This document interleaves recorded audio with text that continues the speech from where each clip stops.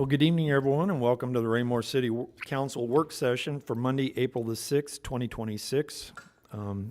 We just have the one item before we have to adjourn to executive session, but it's on Rural Road Recycle in Place project, and kind of excited to hear this presentation tonight. So take it away, Mr. Fearborn. Thank you, sir. So several months ago, myself and our city engineer and Devin were sitting at a table, and the mayor shared with me from one of his sojourns, as only he can do, he saw this particular program taking place down on one of the rural roads here in Missouri. Yeah, down by the lake.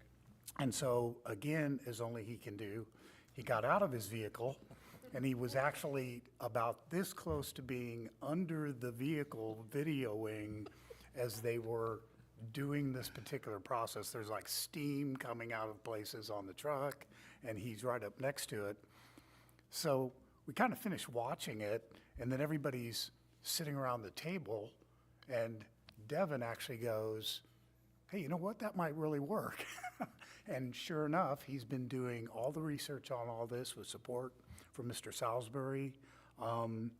We think, and we're very excited to bring you the program as it has evolved and kind of tell you both what our intentions are and how we intend to fund it, and just kind of get a nod from you all. I think we're going to be able to do a lot of good stuff with this. With that, I'll turn it over to Mr. Salisbury. Thank you, Mr. Fearborn. Kind of as he said, we had heard about, I believe it was Camden County doing the work, but we didn't know anything about it. Well, we went to a conference in Columbia. The Missouri Asphalt Pavement Association put on a conference in Columbia this year. Went to that. We actually ran into a vendor. We spent some time talking to them and really learned about the process. Hot in place recycling is a method of reusing existing asphalt. They heat it up and then they lay it back down and you surface it. We do have a couple of videos we'll show that will more eloquently explain it. So I will have Devin start those and then we'll go through it from there.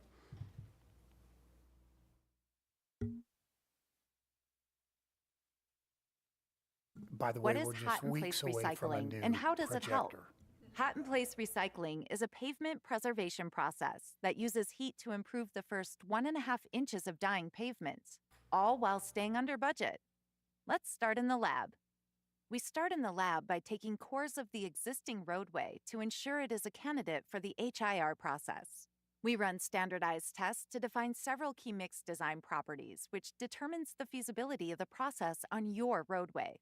Once we run our tests in the lab to confirm your roadway is a candidate for the process, we get to the job site. The first part of the process is heater 1, getting the temperature up to 180 to 200 degrees. The second heater gets the temperature up to normal paving temperatures on the surface while the heat continues to penetrate downward. As the hot-in-place recycling process passes each section of the roadway, the heat that radiates from the machines penetrates downward to provide extra benefit to the roadway. Due to heat transfer properties, cracks beneath the treated surface close due to heat penetration into the binder course. As the machines pass, the rejuvenating agent is distributed across the heated surface, and the scarifiers disrupt and mix the surface course without damaging the aggregate already laid. Once disrupted, the surface is mixed again with augers in place, and then is compacted with a vibratory screed. After passing through the screed, we have a combination roller compact our newly recycled surface. Then, once we achieve compaction levels equal to normal HMA surface course, you choose your next step. It can be a chip seal, a microsurface, or, of course, an HMA overlay. Some of the benefits Hot-in-Place provides are reduction in carbon emissions by 28%, less truck traffic on roadways, less congestion, money savings, and much more. Contact a sales representative today to find out how you can make your life easier and fix your roadways. Road construction has come a long way in the past 100 years. Even today, new processes and increased recycling of materials are helping WYDOT rebuild roads faster and more efficiently. For road resurfacing, most asphalt is recycled in some fashion. But for a project on Interstate 90 near Ranchester, WYDOT is trying an innovative method that takes recycling to a new level. A process called hot in place recycling, where we heat up the existing asphalt, place a rejuvenator in it, and then place it right back down on the ground. The process is self-contained, eliminating the need for milling and hauling old material off-site. Typically, on a job like this, you would mill and overlay, but then you have to come in and mill, that's one process, then you have to come in and pave, which is a separate process. This takes care of it all in one step. Crews can cover ground more quickly, saving time, resources, and money. We've seen definite cost savings, and overall the road performed just as good, if not better, than a typical 2-inch overlay. The technology has been tested and refined in other states for years, but it's new to WYDOT. So far, the results look promising. We can't do this on every job. There's some limitations there, but there are a lot of roads in Wyoming where this would definitely benefit. Reminding you to slow down in work zones and always buckle up. This is Doug McGee reporting. Mr. Salisbury. So we felt that it was just a really good process to try out on our rural roads. They're a little bit lower volume, and it seems that the application is primarily on our rural roads. So I will let Devin speak about the program that we've put together, but Yeah, so as Mr. Salisbury mentioned, we went to a conference in January and really thought this would work well for our rural roads. So we actually had the presenter come to Raymore and evaluate the rural roads that we thought were good candidates, and just to make sure that we're all on the same page there. And he confirmed that they are good candidates. So then once we met with him and really dug into this program, we met with our CIP committee and discussed how we would fund this in the future. Ms. Williams actually mentioned the possibility of using some of the remaining funds from last year's street preservation and curb project, and that's where I'll turn it to Mr. Fearborn to finish up. Thank you, sir. I'll hand these out real quick.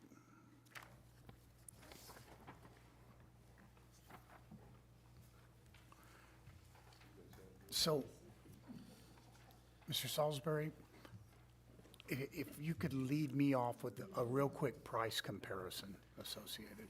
yeah, absolutely. So a mill and overlay road, we were looking at on average, just over $18 a square yard. For this process, we're looking at about $9 a square yard. So we're going to be able to get twice as much done. And again, as you may have noticed from the video, you're talking about an 1.5 inches of work being done for this. So this isn't just like some kind of a thin overlay being done on these roads. This is a robust development.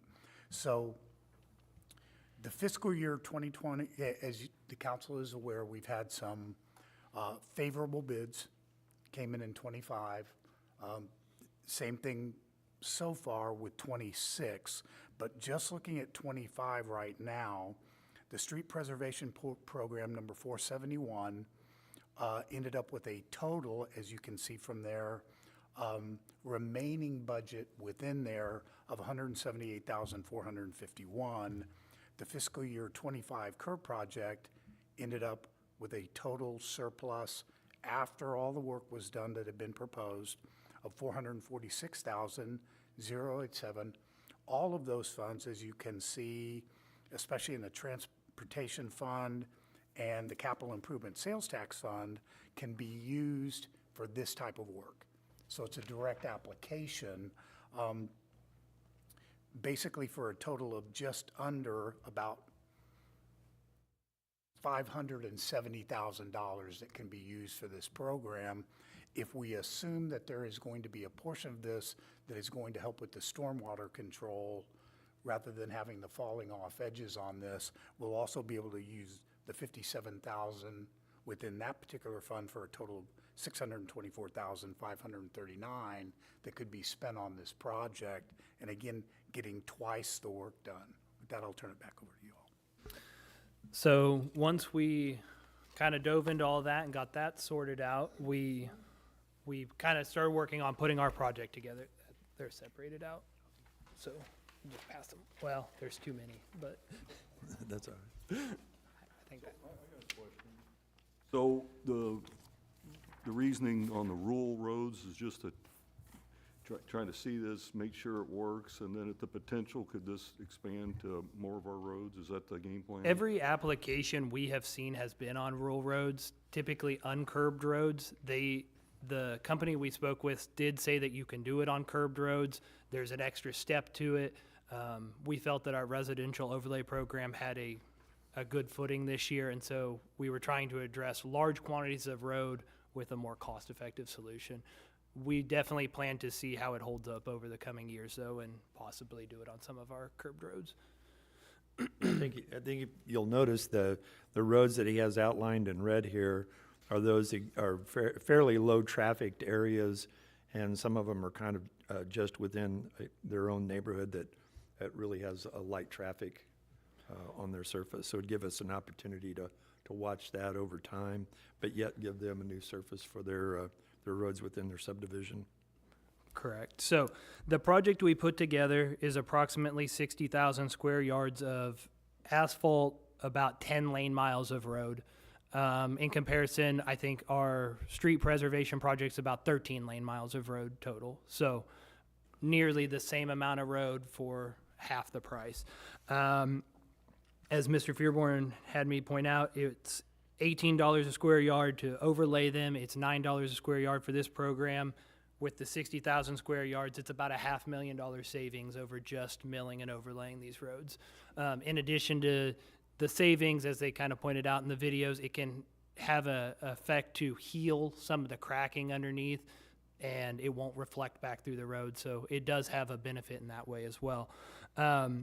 So we put this together. We're prepared to put it out to bid here shortly. And in addition to this, as Mr. Fearborn pointed out with some of the stormwater stuff, we are replacing the culvert pipes in these neighborhoods as well. We're actively doing that, actually. Our operations crew is taking care of that to, again, towards the cost-effective side of things. So we will have new culvert pipes, and we'll have like new road at the end of this project, hopefully.